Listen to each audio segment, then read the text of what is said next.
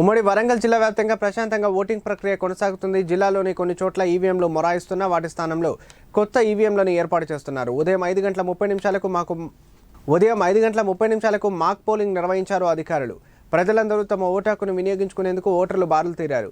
వరంగల్ జిల్లా కేంద్రంలోని టీచర్స్ కాలనీలోని కమ్యూనిటీ హాల్లో ఓటు హక్కు వినియోగించుకున్నారు కాంగ్రెస్ అభ్యర్థి కడియం కావ్య. స్టేషన్ గన్పూర్ ఎమ్మెల్యే కడియం శ్రీహరి కుటుంబ సమేతంగా ఓటు హక్కును వినియోగించుకున్నారు. నగరంలోని వడ్డేపల్లి పోలింగ్ బూత్లో పట్టభద్రుల ఎమ్మెల్సీ బీఆర్ఎస్ అభ్యర్థి ఏనుగుల రాకేష్ రెడ్డి ఓటు హక్కును వినియోగించుకున్నారు. అలాగే కాజుపేట బిషప్ స్కూల్లో బీజేపీ పార్లమెంట్ అభ్యర్థి ఆరూరు రమేష్ ఓటు హక్కు వినియోగించుకున్నారు.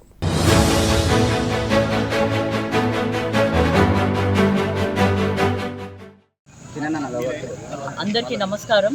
వరంగల్ లోక్సభ నియోజకవర్గ ప్రజానికానికి విజ్ఞప్తి చేస్తున్నాను. అందరూ కూడా తమ ఓటు హక్కును వినియోగించుకోవాలి. ప్రకృతి కూడా మనకు సహకరించింది. ఈరోజు చాలా చల్లగా కూడా ఉంది వాతావరణము.